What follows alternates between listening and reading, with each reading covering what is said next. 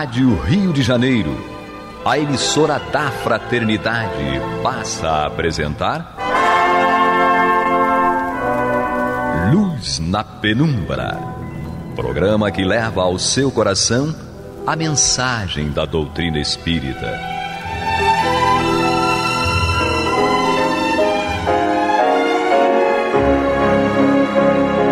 E com vocês, João Batista, para o estudo de O Livro dos Espíritos, da obra codificada por Allan Kardec.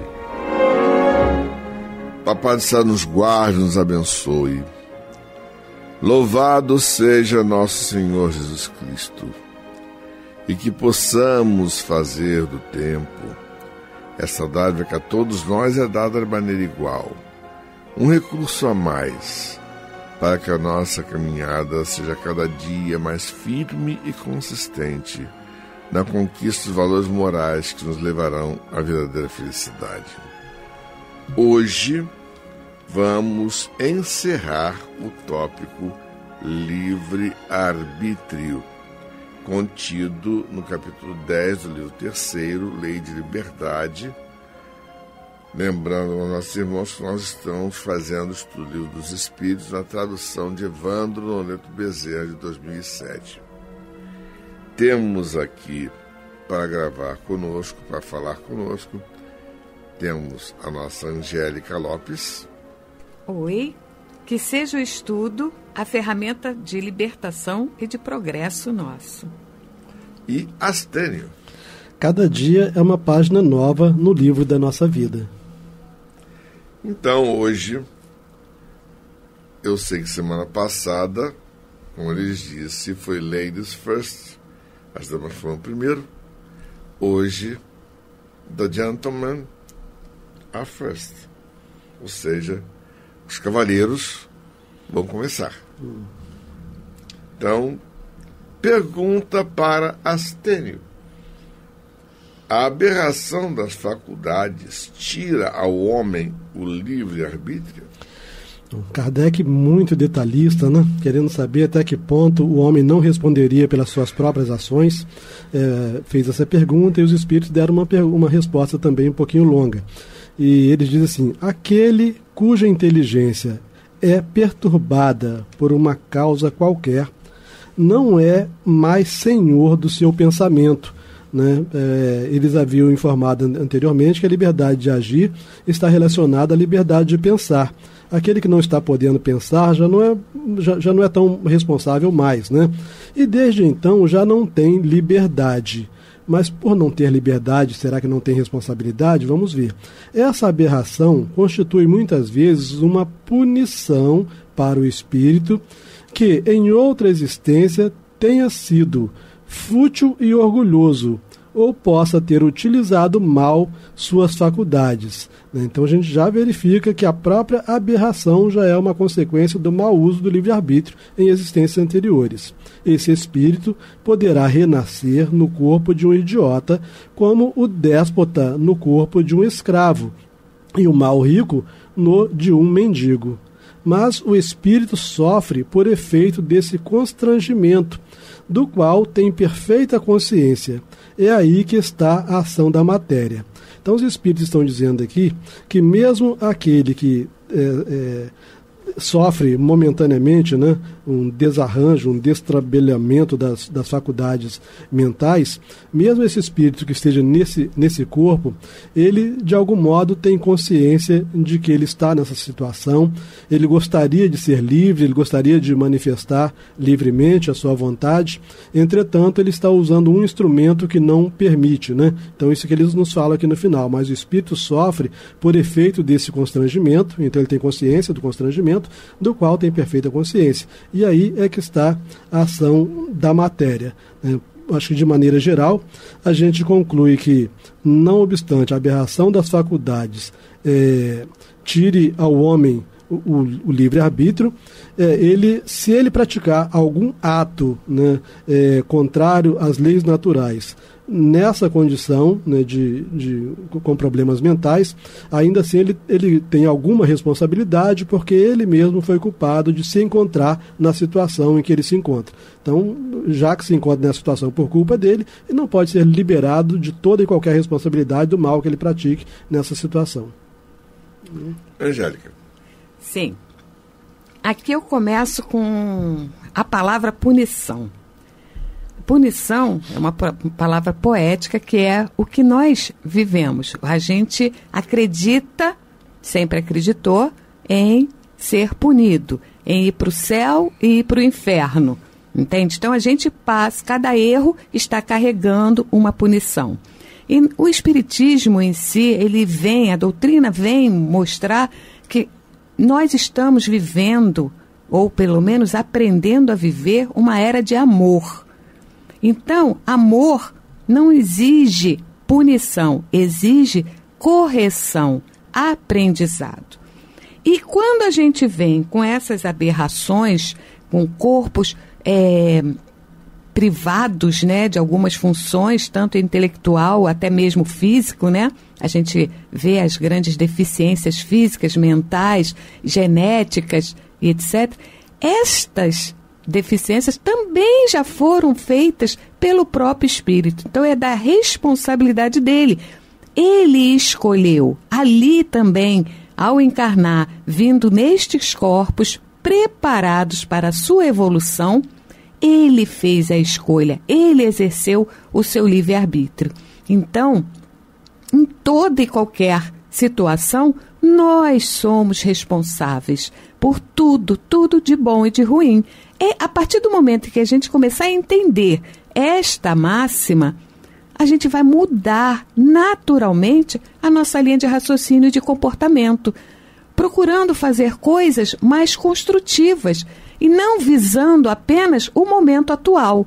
Nós precisamos encarar a vida como um contínuo e começar a selecionar melhor as nossas escolhas e, consequentemente, né, o que vai resultar delas. É interessante observar que em diversos textos, diversos autores nos falam a respeito disso, até em narrativas de experiências vividas por espíritos. O irmão X fala a respeito de um espírito que tinha cometido atrocidades inúmeras na encarnação anterior e, se vendo confrontado com suas responsabilidades, ele pediu para receber uma punição à altura de tudo aquilo que ele tinha cometido. Os mentores espirituais disseram: o pressuposto do processo educacional não é a punição, é o resgate através da educação. Exatamente. O nosso irmão receberá limitações, sim, mas sua capacidade de escolha permanecerá intacta. É interessante que, quando se fala a respeito disso, nós dizemos: eu esqueci o que eu decidi antes de reencarnar. Mas é só balizar a vida e traçar mais ou menos com quem nós convivemos, o que nós recebemos de recursos de vida, as tendências instintivas, e aí vem tudo à tona. Exato. Ou seja, temos livre-arbítrio sempre. E hoje, na época de Kardec, o pessoal chamava a pessoa que tivesse essas limitações de idiota e tal, mas porque o termo era pobre, digamos, a terminologia da época era pobre para poder definir isso. Hoje nós chamamos as pessoas de especiais. E vemos que realmente são especiais por causa de uma coisa: o intelecto deles muitas vezes se encontra obliterado, mas não extinto. Exatamente. Então, nós aprendemos a lidar com essas pessoas, e hoje a qualidade de vida das pessoas é cada vez melhor, porque da mesma maneira como eles estão passando por experiências desagradáveis, nós temos que aprender que aquela experiência deles deve ser uma lição de vida para nós. Então, Angélica, a aberração das faculdades intelectuais pela embriaguez servirá de desculpa aos atos reprováveis?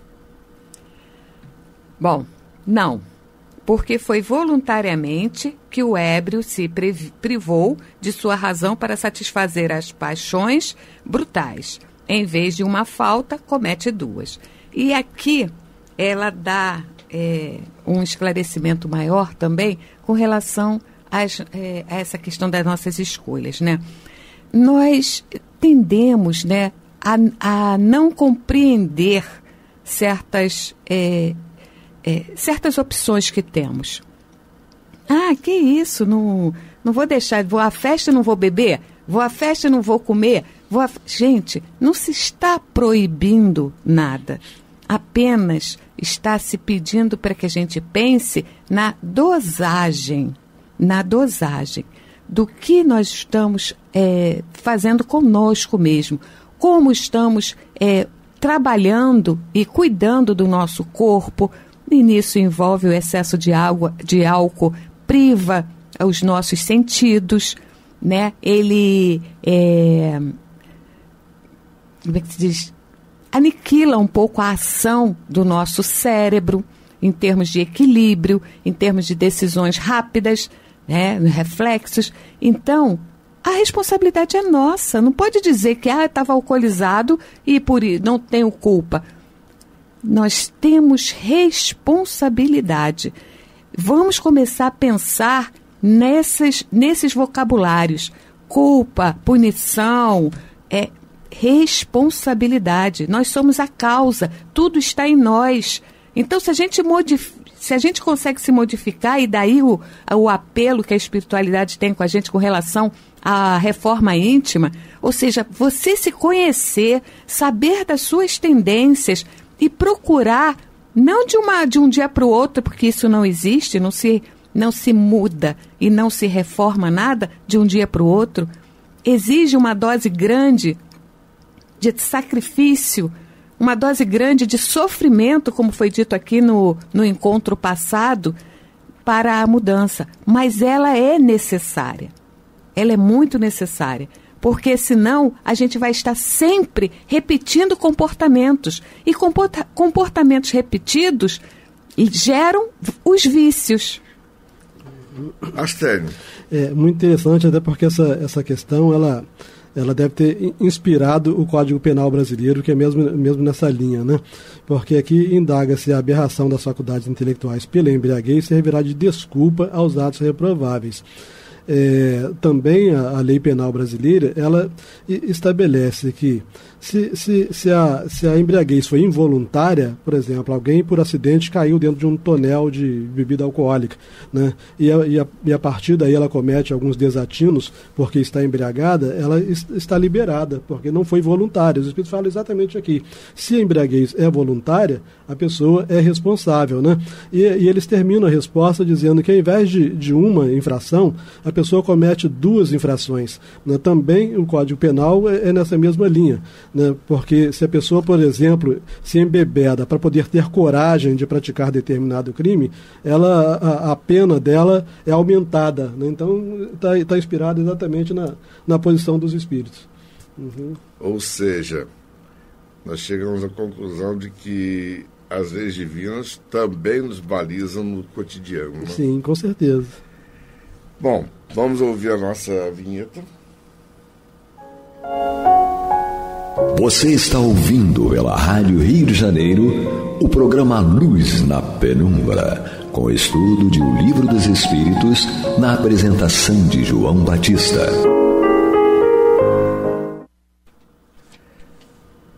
Então agora, Astênio, qual a faculdade predominante no homem em estado de selvageria? o instinto ou o livre-arbítrio? Kardec quis, de qualquer forma, encontrar alguém que não fosse responsável, né? Então, qual a faculdade predominante no homem em estado de selvageria, o instinto ou o livre-arbítrio? Os espíritos respondem: o instinto, o que não o impede de agir com inteira liberdade em certas coisas. Então, novamente, os espíritos fazem questão de insistir na responsabilidade. Mas, assim como a criança aplica essa liberdade às suas necessidades, e ela se desenvolve com a inteligência, né? E ela se desenvolve com a inteligência, né? Então a liberdade se desenvolve com a inteligência. Por conseguinte, tu, que és mais esclarecido do que um selvagem, também és mais responsável pelo que fazes do que ele, do que o selvagem. A gente está aprendendo com os espíritos, então, que a responsabilidade tem o tamanho do conhecimento, né? Está diretamente relacionada à sua capacidade de discernir, né? Então, o selvagem, ele é dirigido normalmente pelo instinto, mas isto não anula, né, a responsabilidade total dele, porque, tal como uma criança, ele tem uma certa faixa, né, de compreensão daquilo que ele está fazendo. Angélica. O instinto está na categoria, né, da lei de conservação. Já vimos isso, né, que já estudamos, que a gente precisa se manter vivos. E para nos mantermos vivos, as escolhas são essenciais. Então, mesmo na fase instintiva, temos o livre-arbítrio atuando. E nós temos que levar sempre em consideração também, em todos os nossos atos, né, a intenção. Quando a gente vai iniciar um projeto, a gente tem 50% de chance de acertar, 50% de chance de errar. Persistir após uma conclusão no erro, aí você está começando a usar mal o seu livre-arbítrio. É insensato, né? Exatamente. Bom, então, fechando o nosso estudo de hoje, pergunta 850 para você, Angélica. A posição social não constitui, às vezes, para o homem, um obstáculo à inteira liberdade de seus atos? Os espíritos nos respondem o seguinte: o mundo tem, sem dúvidas, suas exigências. Deus é justo e tudo leva em conta, mas vos deixa a responsabilidade pelo pouco esforço que fizerdes para superar os obstáculos. Então, mesmo que nós tenhamos quaisquer impedimentos ou dificuldades em qualquer âmbito da nossa vida, do nosso estágio social, mesmo assim nós temos a responsabilidade pelos nossos atos e somos beneficiados, né, com o empenho que nós tivermos, no caso, para superar os obstáculos. A vida, ela é constituída de desafios. E esses desafios, eles são o combustível que vai nos impulsionar para o nosso progresso. Muitos lamentam os desafios, os problemas, veem como uma coisa muito penosa, mas para nós, espíritas esclarecidos, que procuramos entender a fisiologia da vida, a gente tem que entender que esses desafios, esses chamados problemas, são as nossas alavancas. E quanto melhor nós sairmos, melhor, mais rápido é o nosso progresso e o nosso entendimento. Astênio. Sim, a gente observa, né, que desde o início das questões sobre livre-arbítrio, Kardec tem tentado encontrar alguma posição, alguma situação em que o homem não fosse responsável, em que o homem pudesse justificar a ausência de responsabilidade, né? Ou pleitear a ausência de responsabilidade. E os espíritos sempre puxando para a responsabilidade novamente, né? Então aqui, quando Kardec indaga a posição social, não seria uma causa dessa, né, de afastamento da liberdade dos atos? E ele diz, o mundo tem, sem dúvida, suas exigências. Mas Deus é justo e tudo leva em conta. Eu acho isso aqui perfeito, né? Tudo leva em conta. Em que sociedade você vive, em que família que você vive, quais são os valores da sociedade, do país em que você vive, tudo é levado em conta. De modo que não podemos dizer que, espiritualmente falando, um morador do Brasil e um morador da África, dependendo do local do Brasil ou da África, tem o mesmo grau de responsabilidade. Então Deus é justo e tudo leva em conta, mas vos deixa a responsabilidade pelo pouco esforço que fizerdes para superar os obstáculos. Então, na medida em que nós cheguemos ao nosso limite, né, de esforço para superar os obstáculos, e mesmo assim nós não consigamos superar absolutamente, Deus é justo e nós não responderemos por isso. É interessante que quando os Espíritos nos chamam a atenção para essa nossa responsabilidade, a gente para e pensa com relação a esse aspecto da posição social, né? No Evangelho existe aquela história daquela senhora que é abastada, que tem uma posição social muito superior dentro da sociedade dela, ela tem uma filha adolescente, e vai auxiliar a inúmeras pessoas que têm suas necessidades. A sociedade francesa da época de Kardec era extremamente com disparidades enormes. E ela simplesmente vai fazer a parte dela. E quando uma das beneficiadas dela a reconhece quando vai vender um produto de artesanato, ela diz, não comenta, né? Não comenta. E é interessante observar que essa personagem depois aparece em Um Céu e Inferno, dando uma comunicação. Na verdade, essa senhora foi a esposa de um ministro de Estado francês. Ou seja, ela tinha uma posição de enorme destaque na sociedade e fazia o que lhe era possível para minimizar os sofrimentos e amenizar o sofrimento das pessoas que ela conhecia. E tinha o conhecimento do marido, e é interessante que uma das comunicações que estão no Céu e Inferno a respeito de espíritos que estão libertos, digamos assim. Espíritos felizes, né? Exatamente. Você percebe assim, você cruza as informações. O Céu e Inferno de um lado e o Evangelho do outro, só pode ser.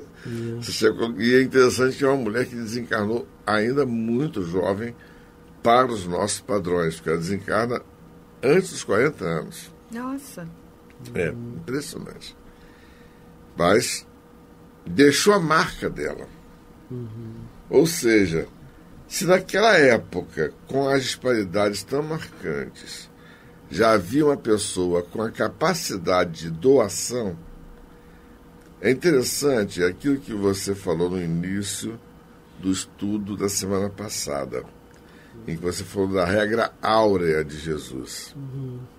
Fazer ao próximo. Faça ao próximo aquilo que você quer que se faça a você. Ou seja, é exatamente a nossa norma. Já estava na pauta desde 18 séculos antes, quando o Livro dos Espíritos foi lavrado. Ou seja, nós só não prestamos atenção nisso porque não quisemos. Nós só fomos insensatos porque quisemos ser insensatos. E aí a gente entende por que, para você se libertar de um vício, muitas vezes você leva uma encarnação inteira para construir uma virtude. você leva às vezes 2 ou 3 encarnações para consolidar aquele valor. Por quê? Você vai ter que se lapidar. Você tem que mudar pela sua própria vontade. É todo um processo que parece penoso, mas eu diria assim, é maravilhoso. Nós somos os artífices da nossa própria felicidade.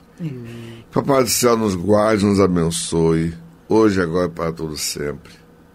Que louvado seja nosso Senhor Jesus Cristo, e que possamos fazer do tempo essa dádiva que a todos nós é dada de maneira igual, um recurso a mais para que a nossa caminhada seja cada dia mais firme e consistente na conquista desses valores que nos levarão à verdadeira felicidade. Graças a Deus. Você está ouvindo pela Rádio Rio de Janeiro o programa Luz na Penumbra.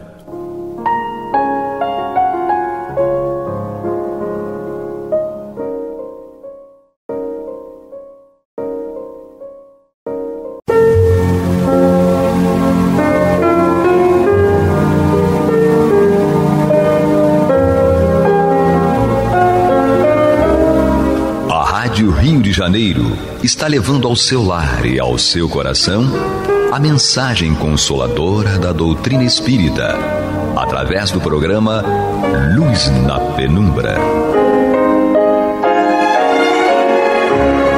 E agora com vocês, Antônio de Pádua Barbosa e Marta Batista. Olá, meus amigos. Estamos aqui de volta ao nosso programa Luz na Penumbra, no qual nós comentamos o Evangelho segundo o Espiritismo de Allan Kardec. Estamos aqui no seu capítulo 17, Sede Perfeitos. E hoje nós vamos estudar aqui o item 4, os bons espíritas, que será então analisado pela nossa irmã companheira aqui de muito tempo, Marta Batista, a quem eu dou boas-vindas e já peço a ela para dar início ao trabalho. Muito bem. Olá, Antônio.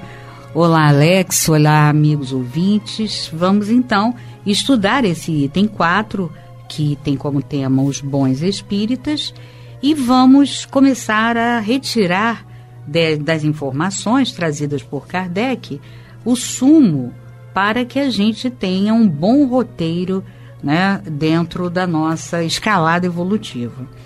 É interessante porque o capítulo, né, depois que encontramos aquelas citações em Mateus, que fala dos caracteres, né, da perfeição, nós vamos para o homem de bem. E no homem de bem nós temos justamente elencadas as características do homem de bem. E agora, os bons espíritas, nós vamos começar pela leitura a perceber um detalhe, né, que é a correlação do homem de bem com a conceituação dos bons espíritas. Então vamos começar a ler e vamos retirar as informações necessárias para a nossa conduta.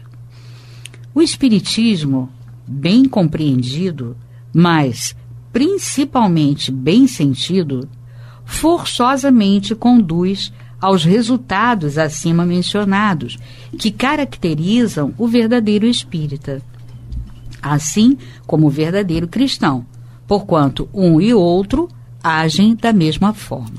Então a gente já, né, Kardec não faz voltas, ele vai direto ao assunto e nos mostra que o homem de bem e o verdadeiro espírita tem as mesmas características. Isso é importante, né? E ele diz, o espiritismo não cria nenhuma nova moral, isso é fundamental, a gente saber e destacar, né? Ele facilita aos homens a compreensão e a prática da moral do Cristo, dando uma fé sólida e esclarecida àqueles que duvidam ou vacilam. Muitos dos que acreditam nos fatos das manifestações, no entanto, não compreendem as suas consequências, nem o seu alcance moral. ou, se os compreendem, não os aplicam a si mesmos. Por que isso acontece? É a grande pergunta. Por uma falta de clareza da doutrina? Não, visto que ela não contém alegorias nem figuras que possam dar lugar a falsas interpretações.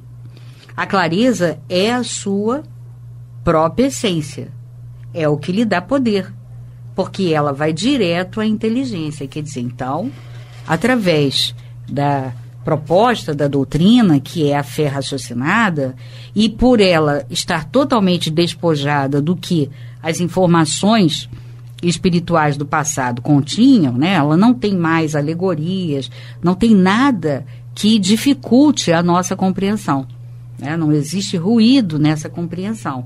Ela é direta, então ele explica, né? Não é por falta de clareza e também não é a questão do raciocínio, porque, pelo contrário, ela trabalha com o raciocínio. Ela convida a todos a raciocinar. Ora, então a gente percebe que não é por aí. Ele diz, nada tem de misterioso, e seus iniciados não são possuidores de nenhum segredo escondido ao povo. Quer dizer, nada, né, que pudesse dificultar e ser um empecilho para o nosso entendimento. Seria então necessário uma inteligência fora do comum para compreendê-la? Não, pois vêm-se homens de uma capacidade notória que não a compreendem, enquanto que inteligências vulgares, de jovens mesmo, apenas saídos da adolescência, aprendem com uma admirável justeza os seus detalhes mais delicados. Isso ocorre porque a parte, de alguma forma, material da ciência só requer olhos para observar, enquanto que a parte essencial necessita de um certo grau de sensibilidade, que se pode chamar de maturidade do senso moral. Maturidade independente da idade e do grau de instrução, porque é inerente ao desenvolvimento em um sentido especial do espírito encarnado. Então vamos fazer aqui uma pausa e já temos aqui muito material para reflexão. Então ele explica que o espiritismo deve ser bem compreendido e, sobretudo, bem sentido. O que ele queria dizer com isso? Que é preciso que a gente mergulhe no estudo muito, mas com muita profundidade, para que a gente consiga compreendê-lo. Ele coloca aqui bem claramente que, embora ele seja muito objetivo e claro, sem nada que esteja aí intermediando o entendimento, mas é lógico que a gente precisa bem sentir. E esse bem sentir está ligado diretamente ao bem compreender. E essa boa compreensão, ele já fala para nós, ali no finalzinho do parágrafo que nós estudamos e lemos, que é necessário que o que distingue a compreensão mais profunda de uns ou de outros é o senso de maturidade espiritual. Então, ele diz senso de maturidade do senso moral. Quer dizer, na verdade, essa maturidade está ligada à questão espiritual, do espírito. E essa questão espiritual, ela é como se a gente pudesse dizer, ele é maduro espiritualmente. Ele está mais maduro do que outros espiritualmente. E alguém vai dizer, então, né, quer dizer que se eu não sou maduro, então, para mim, não vou chegar lá? Claro que vai. Porque, na verdade, o que determina o aprofundamento dessa maturidade, o desenvolvimento dessa maturidade, é o estudo. É o estudo. E aí muitos vão dizer, mas quem sabe eu não sou tão inteligente quanto outros. Não. Se você tiver uma inteligência mediana e estudar recorrentemente, você pode sim, como ele mesmo explicou aqui, Kardec explicou, você pode atingir a patamares de compreensão que muitos com grande intelectualidade, com muita instrução, não conseguem. Ora, então não é algo impossível, impraticável, né? Eu preciso ser especial para poder chegar nesse grau de maturidade do senso moral? Não.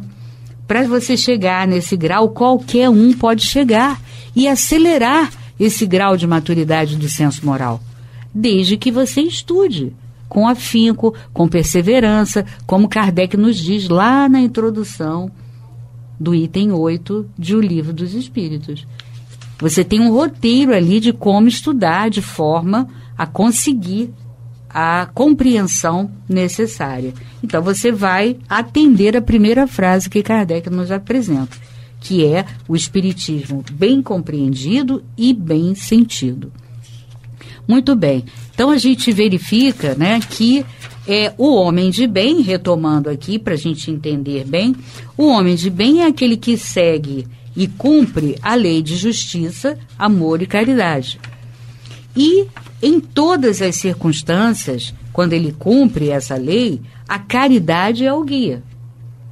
O guia de todo esse cumprimento, dessa ação, cumprindo a lei de justiça, amor e caridade, tem como guia a caridade. E o que a gente percebe? Que os bons espíritas são aqueles que são caracterizados pelas qualidades do homem de bem. Então, esses são os bons espíritas, ou verdadeiros espíritas. E eles têm essas características, né, elencadas pelo homem de bem, aqui no livro, e isso vai dar a ele, vai conferir a ele uma fé sólida e esclarecida, porque é sólida, porque ela é totalmente alicerçada na razão. Com certeza, então, ela vai ser sólida e esclarecida. E quando a gente vai ao Livro dos Médiuns, no capítulo 3, é quando Kardec cita esse verdadeiro espírita, ou os bons espíritas, aqui chamado no Evangelho segundo o Espiritismo, no capítulo 2, nós vamos encontrar, o capítulo chama-se O Método. E nesse capítulo ele apresenta a forma, a metodologia de você estudar e de você também conseguir discernir quem é um materialista, quem não é, como lidar com o materialista.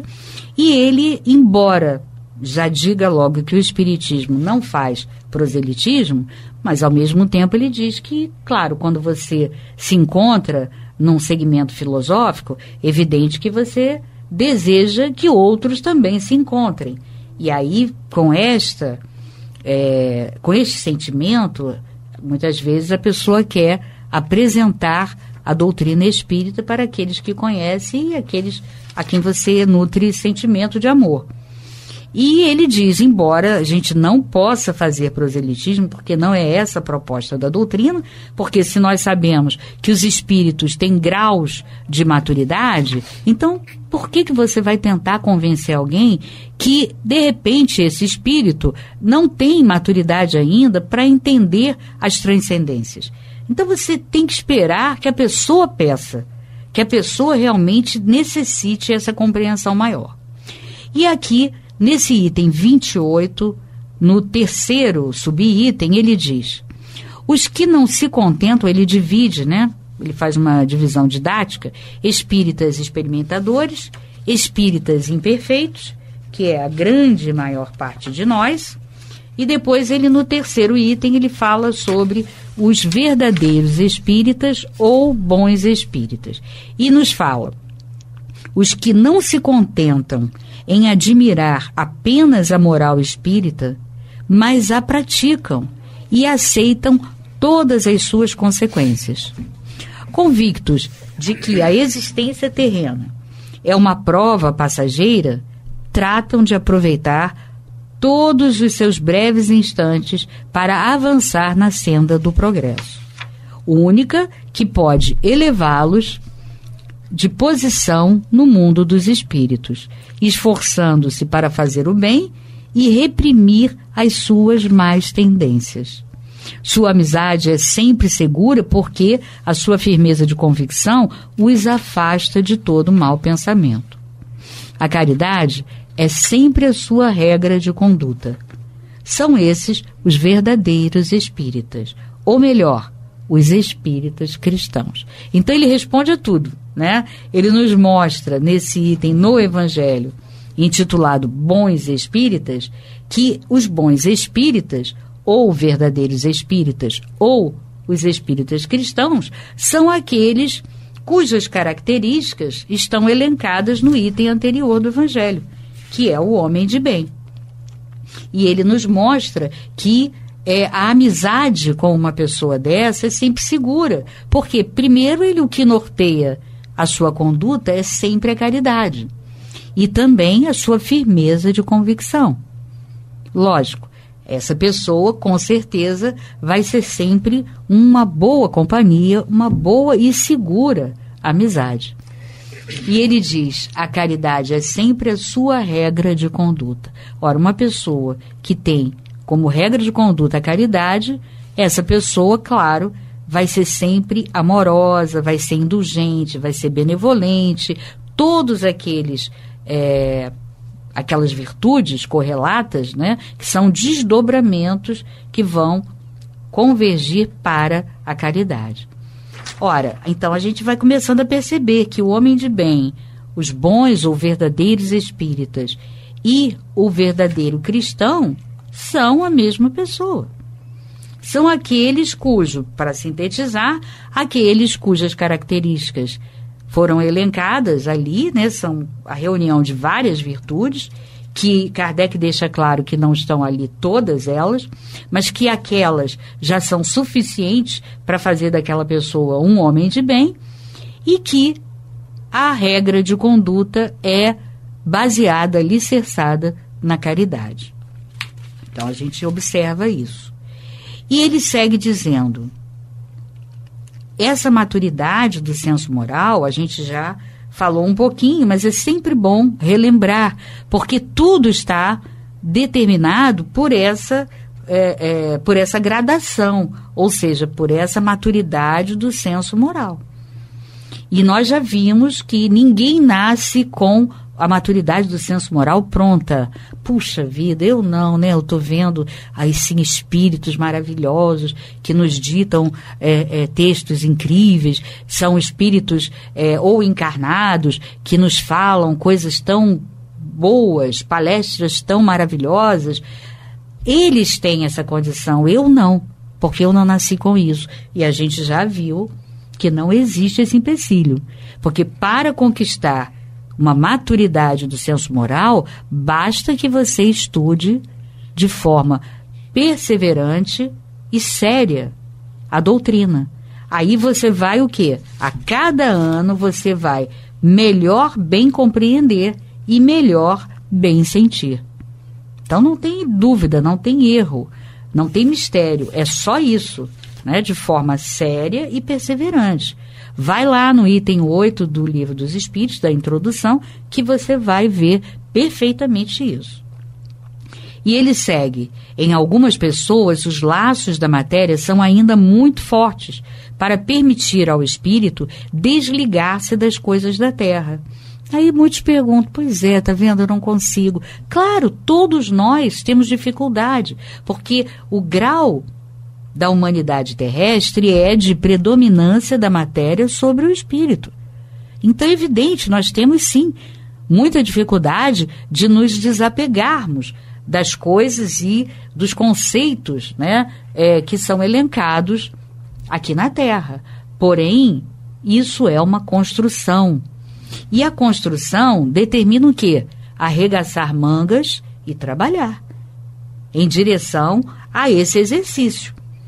Ora, então ele diz que essas pessoas que têm bastante dificuldade, elas vão ter cada dia um pouco menos, conforme elas estudarem, caso sejam espíritas, evidentemente.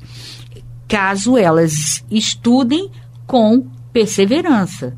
Mas essa maturidade vai ampliando, ela vai se sedimentando ao longo dos anos.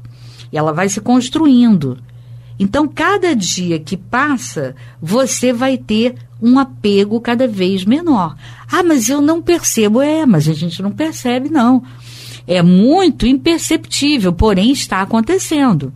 Assim como os primeiros raios do dia, você não percebe, né? Quando a noite... Quando foi exatamente que a escuridão total se foi e começaram os raios a clarear tudo? A gente não consegue determinar essa divisão. Não existe esse momento em que você possa precisar. Mas ele acontece. Tanto é que o dia, depois, nasce, o sol vem com toda a força e ilumina tudo. Então, existe sim. Pode ter certeza disso. Estuda com perseverança, com afinco, que a cada dia que passa, você vai o quê? Através da fé raciocinada, que é justamente a bandeira maior da doutrina, você vai começar a entender as coisas de tal forma que cada dia que passa, por uma questão de razão, de uma forma racional, você vai chegar à conclusão que aquilo ali é bom, mas é passageiro. Então você vai desgostar totalmente? Não, não é isso. Você vai continuar usufruindo coisas que são conhecidas como boas aqui na Terra. Porém, você não vai ter um apego tão intenso. Se aquilo, de alguma forma, você não puder ter, você não vai sofrer. Você vai apenas dizer, poxa, era tão bom, né? Mas tudo bem, agora eu vou achar outras coisas tão boas quanto estas supermateriais. Então, é aos pouquinhos que a gente vai crescendo. E ele segue, ele diz aqui, eis porque não conseguem romper facilmente nem com seus gostos, nem com seus hábitos, pois não entendem que possa haver algo melhor do que aquilo que possui. Exatamente o que eu acabei de falar.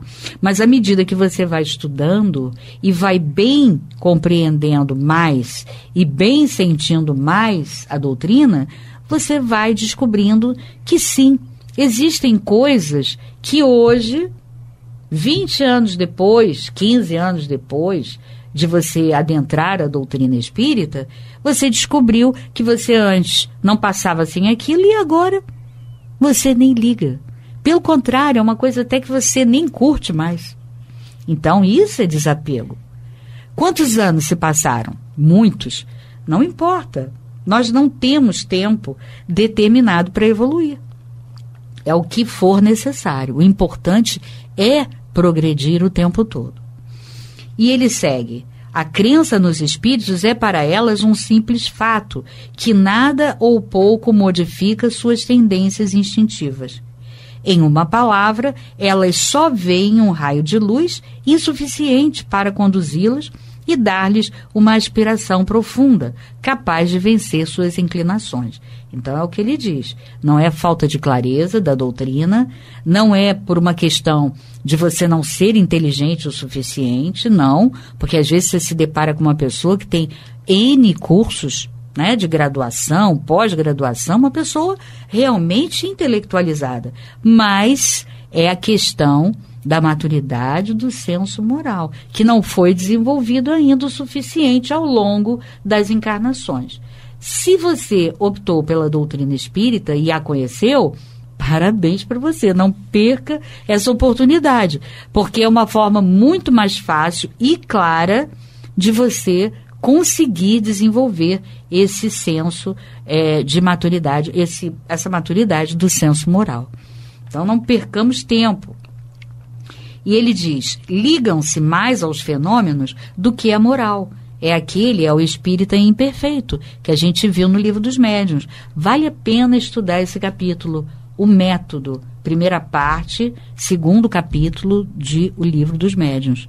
Esse capítulo, ele norteia praticamente tudo, porque ele nos ensina como nos relacionarmos com os materialistas, mostrar os graus de materialismo, e aí você vai encontrar vários religiosos incluídos nesse grau de materialistas.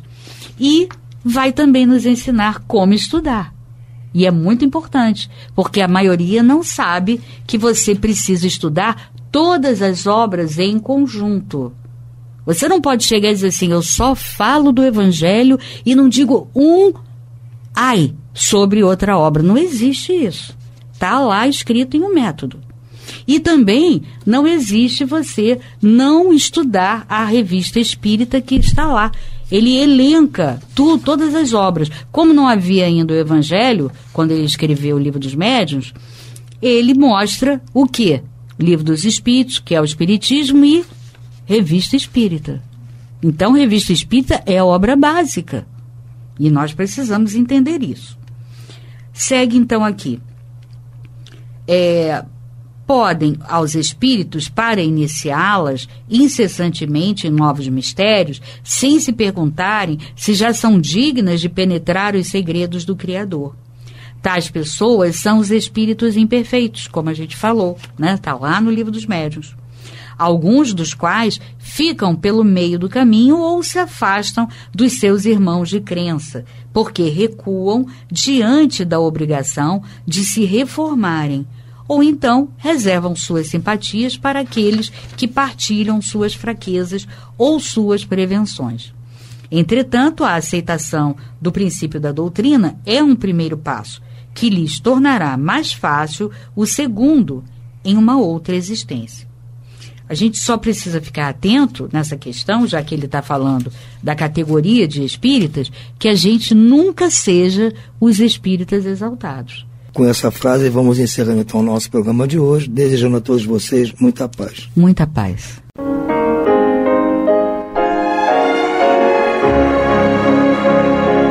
E vamos ouvir agora a prece de encerramento de nosso programa, na voz de Geraldo de Aquino. Jesus, dá-nos coragem para a luta, piedade para os insultos e misericórdia para as injustiças e ingratidões. Limpa nossa alma de inveja e ambições mesquinhas, de ódio e de vingança o nosso caminho.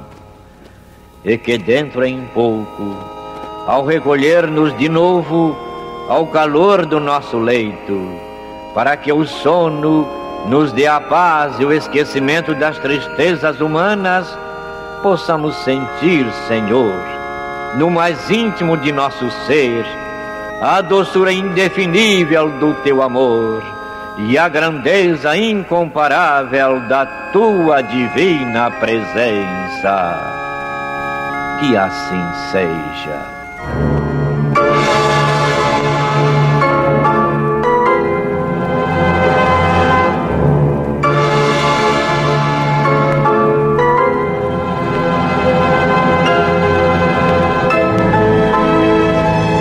Acabamos de apresentar o programa Luz na Penumbra, que voltará a ser apresentado amanhã às 21 horas nesta emissora.